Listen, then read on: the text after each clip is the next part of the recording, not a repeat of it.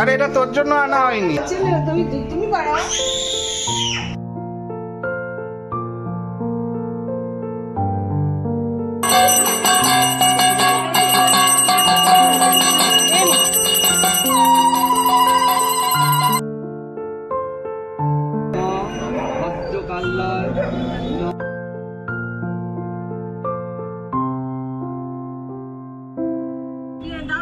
বলো সে হাই।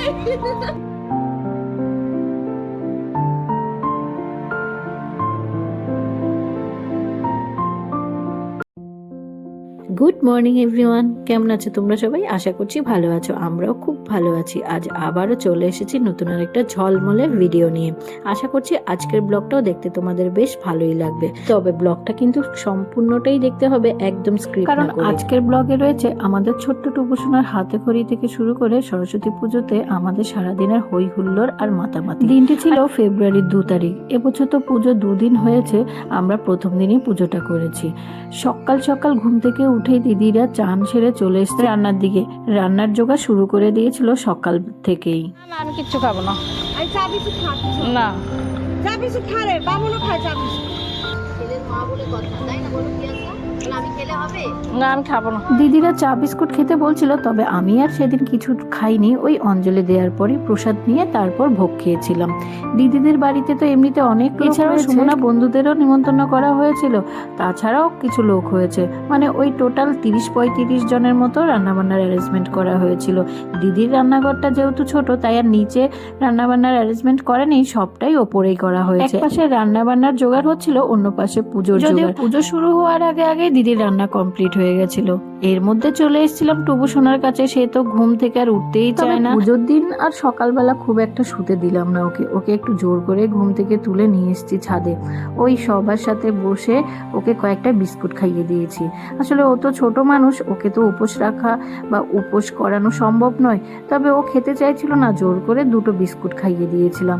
আর এই যে সবাই এখানে বসে চা বিস্কুটটা খেয়ে নিয়েছিল। আমিও একদম নির্জলা উপোস করেছিলাম, সাথে হাজবেন্ডও। আরে এটা তোর জন্য আনা হয়নি। ঘরে নিয়ে যা, ঘরে নিয়ে যা। মাছটা ঘরে চলে আমার সব উপরে সব করা হয়েছে, ছাদের উপরে হ্যাঁ, সব করা হয়েছে। ও ছেলে, তুমি বাড়াও। তুমি করছো? বসুন। তখন ঘড়িতে সময় ছিল ওই দুপুর 11:30-12টা মতো। মা আর বাবা এর মধ্যেই বাড়িতে ঢুকে গেছে। ওনারা আগের দিন আসেননি, পরের দিনই এসছে, মানে পুজোর দিনই দিদিদের বাড়িতে এসছিল। এর মধ্যে আমি চান সেরে নিয়েছি। আসলে বাচ্চার যদি ছোট থাকে না, দেখবে একদম কোনো কাজে ইনভলভ হতে পারবে না পুরোপুরিভাবে। আমি দিদিদের হাতে হাতেও কিছু করতে পারিনি, আর এখানে পুজোর জোগাড়টাও দিতে পারিনি। এর মধ্যে পুরোহিত মশাইও চলে এসছেন। ওই সুমনা ওরা মিলে সবাই জোগাড় দিচ্ছিল পুরোহিত মশাইকে। আর তাছাড়া মাও ফল কেটে অনেকটাই জোগাড় করে দিয়েছে। এদিকে ছেলেকে রেডি করিয়ে দিয়েছি, ছেলের বাবাও তৈরি। ছেলের বাবার কাছে ছেলেকে দিয়ে আমি যেই রেডি হতে নিয়েছি, ছেলের সে কি চিৎকার! কোনো রকম করে শাড়িটা পেঁচিয়ে ওপরে চলে এসেছিলাম।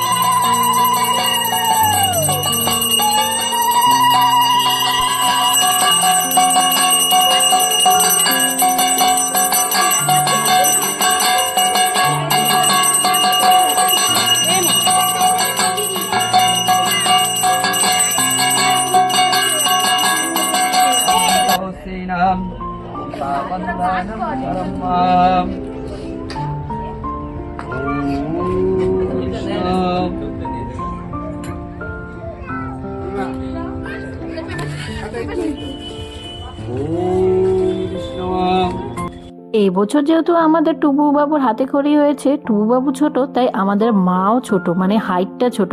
তবে মায়ের মুখখানা দেখতে এত মিষ্টি লাগছিল, সেটা বলার মতো। আমাদের পুজো শুরু হয়ে গেছিল 1টার মধ্যে।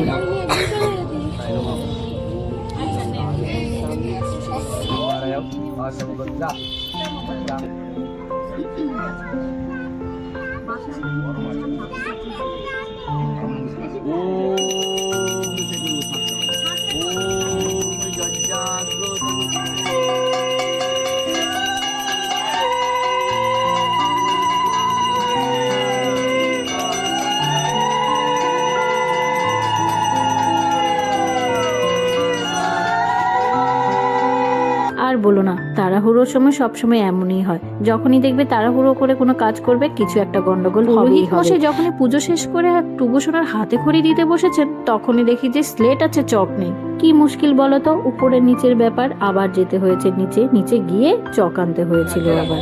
ধরো ধরো ধরো, দুজনে দুজনে একসাথে। একটু একটু ধরো, এই যে ঘড়িটা, এই ঘড়িটা ওইটা বাজাবে। আমার এই রাগী বায়নাবাজ আর জেদি ছেলের কথা যে কি বলবো না, সেটাই আমি মাঝে মাঝে বুঝে উঠতে পারি না। যখনই ওকে কোনো কাজের কথা বলবো, তুমি এটা করো বাবা, ও ঠিক উল্টোটাই করবে। পুরোহিত মশাইকে কিছুতেই চক ধরতে দেবে না, ও নিজেই চক ধরবে, নিজেই লিখবে। কি বলবে বলো? আর এর মধ্যে এইভাবেই দেবে। হ্যাঁ ঠিক আছে, হ্যাঁ ঠিক আছে তোমার, হ্যাঁ ঠিক, হ্যাঁ।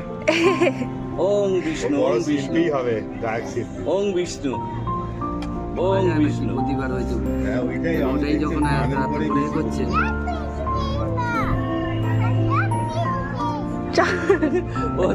ও সবাইকে ফুলছে। ভাবি যেতে, হ্যাঁ।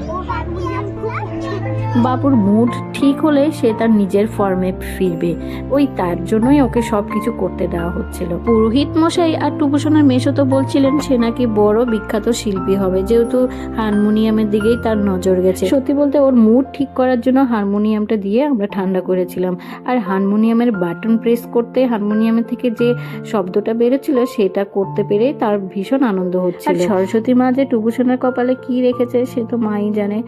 কি হারমোনিয়াম নিয়েই সে বিখ্যাত হবে, নাকি পড়াশোনা করে, না কি করে, সেটা তো মাই বলতে পারবে। বাকি সন্তানের দায়িত্ব কর্তব্যের কিছু ত্রুটি হবে না, অতটুকু বলতে আমি পারি। তোমাকে হাত ধরি, হ্যাঁ তুমি আমি দুজনে। তুমি একা একা পারবে? দাঁড়াও, একটু করে ধরো, এইটা ধরো, হ্যাঁ একটু ধরো, এই যে। দেখেছো তো কত কায়দা করে টেকনিক করে তার সাথে সব কাজ করতে। কোনো কিছু এদিক থেকে ওদিক হলে ওনার মুড আবার বিগড়ে যাবে, আর একবার যদি বাবুর মুড বিগড়ে যায় তাহলে যে কি হবে সেটা আর বলা যায় না। আসলে দেখবে সব বাচ্চাদেরই জোর করে বা প্রেশার দিয়ে কোনো কাজ করানো যায় না, তখন ওরা চিৎকার চেঁচামেচি করে, আর তখন সেই কাজটা কিন্তু ভালোভাবে সম্পূর্ণ করা সম্ভব হয় না। আমরা সবাই মিলে চেষ্টা করছিলাম ওর মুডটা ঠিক রেখেই ওকে দিয়ে অ আ লেখার জন্য। ওই পুরোহিত মশাই ওকে ধরে রেখেছিলেন, ওই এদিক ওদিক করে অ আ এবিসিডি এইটুকুনি আমরা কমপ্লিট করতে পেরেছিলাম। এইখানে এইখানে এইখানে, এই জায়গাটা, এই তো এইখানে, আবার এখানে লেখা হবে এবিসিডি লিখবে।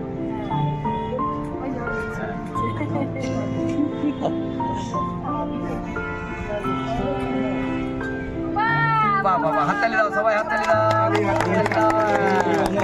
সুন্দরবনের জঙ্গল হয়ে গেছে। এবার দেখো এ হয় কিভাবে, এ দেখো, এ দেখো, এ হয়ে গেল। এ হলো, আর একটা হবে দেখো। আমাদের ছোট্ট টুবুসোনার স্লেটে টুবুর দিদিয়া মানে ওই সুমনা সুন্দর করে আলপনা করে দিয়েছিল। আলপনার তুলিগুলো একটু মোটা হওয়াতে আলপনাটা একটু মোটা হয়ে গেছিল, তবে দেখতে বেশ লাগছিল। এই যে দেখো ছেলের আবার মুড বিগড়ে গেছিল। ওর যে সেকেন্ডে সেকেন্ডে কি যে হয় সেটা সত্যিই আমি বলে উঠতে পারি না। ওই কোনো রকম একটুখানি অ আ এবিসিডি লিখে ছেড়ে দিতে হয়েছিল। সবাই বলো।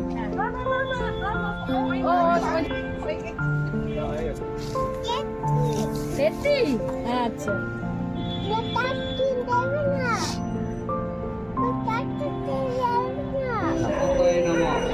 নম ভদ্রকাল্লায় নম নিত্য সরস্বত্যায় নমো নম নম বেদ বেদাঙ্গ দেখতেই তো পেলে, আমরা অঞ্জলি দিচ্ছি আর টুবুসোনার ঠাকুরের সামনে থেকে প্রসাদ নিয়ে ওই লুচি নিয়ে লুচি খাচ্ছিল। আসলে ছোটদের মধ্যেই তো ঠাকুর বিদ্যমান, তাই না? আর পুরোহিতও দিয়েছেন, আমি আর কি বলবো বলো। আসলে পুজোটা তো হয়ে গেছিল, জাস্ট আমাদের অঞ্জলিটা বাকি ছিল, তাই আর কি পুরোহিত মশাইও দিয়ে দিয়েছেন। আর ওই যে দেখো আমরা সবাই অঞ্জলি দিতে ব্যস্ত, ও ওর দুষ্টুমি নিয়েই ব্যস্ত। আসলে আজকের স্পেশাল দিনটি তো ওর জন্য স্পেশাল, একটু বেশি স্পেশাল, তাই আর কি বকাঝকা করিনি, একটু খেলতে ছিল। ওই যে সকালবেলা ঘুম থেকে উঠেছিল আর একটুও ঘুমোতে পারেনি বেচারা, আর ভীষণ কান্নাকাটিও করেছিল, তো তাই আর কি টায়ার্ড হয়ে পড়েছিল। ওই মায়ের সামনে থেকে নিজেই তুলে দুটো লুচি খেয়েছিল, আর আমি দুগাল ভাত খাইয়ে দিয়েছিলাম, দেন ওকে ঘুম পাড়াতে নিয়ে গেছিলাম। এদিকে সবাই খাওয়া দাওয়ার পর্ব মিটিয়ে দিয়েছিল। আমি নিজেই এইসব দেখা থেকে বঞ্চিত হয়েছিলাম। আমি নিজেই এডিট করার সময় এই ভিডিওগুলো দেখতে পেয়েছি। এই রে পুজোর দিনের মেনুই তোমাদের বলা হয়নি। পুজোর দিন আমাদের মেনুতে হয়েছিল খিচুড়ি, বেগুনি, পনিরের তরকারি, তার সাথে ছিল লাবড়া, চাটনি, পাঁপড়, মিষ্টি। খাওয়ার প্রথম ব্যাচে মা বাবা, বাড়ির ছেলেরা আর সুমনার বন্ধুরা বসে পড়েছিল। বলো সে হাই।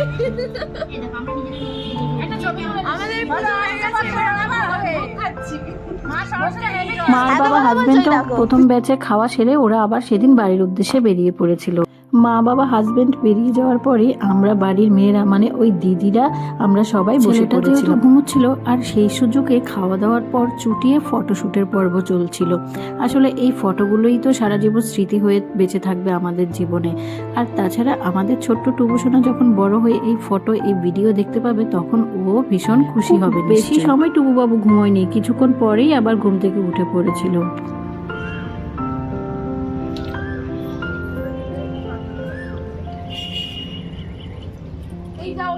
সরস্বতী পুজোর দিনে এই স্পেশাল মানুষটিকে নিয়েই আমরা সারা বিকেল হই হুল্লোড় করে কাটিয়েছিলাম। আজকের ভিডিওটা তোমাদের কেমন লেগেছে? যদি কিছু ভালো লেগে থাকে লাইক কমেন্ট করতে ভুলো না। চলো তাহলে আজকে বিদায় নিচ্ছি, দেখা হবে অন্য কোনো ভিডিওতে অন্য কোনো দিন।